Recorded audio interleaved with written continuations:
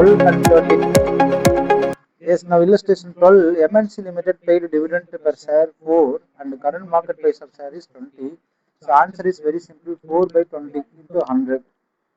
இல்லைங்க 20. ஏன்னா ஃபார்முலா கொடுத்தாச்சு. Cost of equity is equal to dividend divided by current market value. What is dividend? 4 is a dividend they have given, and what is the market price of share today is 20. So it is return of market return, the rate of return. இப்போ நான் போட்ட பணத்துக்கு என்ன கிடைச்சிச்சு எனக்கு? என்னோட ஈபிடி share 20 ரூபா. இப்போ ஒரு ஷேருக்கு எனக்கு எவ்வளோ கிடைக்குது? 4 ரூபா கிடைக்குதுன்னா எனக்கு எத்தனை பர்சன்டேஜ்? 20% எனக்கு கிடைக்குது. சந்தோஷமா சந்தோஷம் இல்லைன்னா ரொம்ப சந்தோஷம். 20% அதிகம். சரி, அதே நேரத்தில் இல்லஸ்ட்ரேஷன் 13 பாருங்க. AB limited issues 100 each at premium 10%. அப்போ 110 ரூபாய்க்கு வெளியிடுறாங்களா?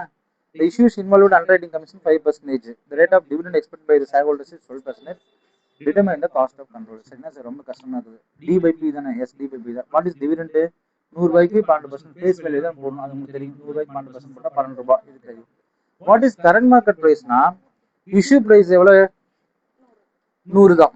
ஆனால் நான் எவ்வளோக்கு வெளிவிட்டேன்? 110 ரூபாய்க்கு வெளிவிட்டேன். அதுக்கான செலவு floating cost that is commission இருக்குது. அது 104 ரூபா 50 பைசா. அப்போ 12 by 104/50 இன்ட்டு 100 போட்டால் 11.48 என்பது அசைக்க முடியாத கணக்கு. இதெல்லாம் வந்து உங்களுக்கு கேட்டால் 1 மார்க் 2 மார்க்கில் கேட்கறதுக்கு வாய்ப்புகள் அதிகமாக இருப்பது என்பதை தெரிந்து கொண்டு நிறைவு செய்கிறேன்.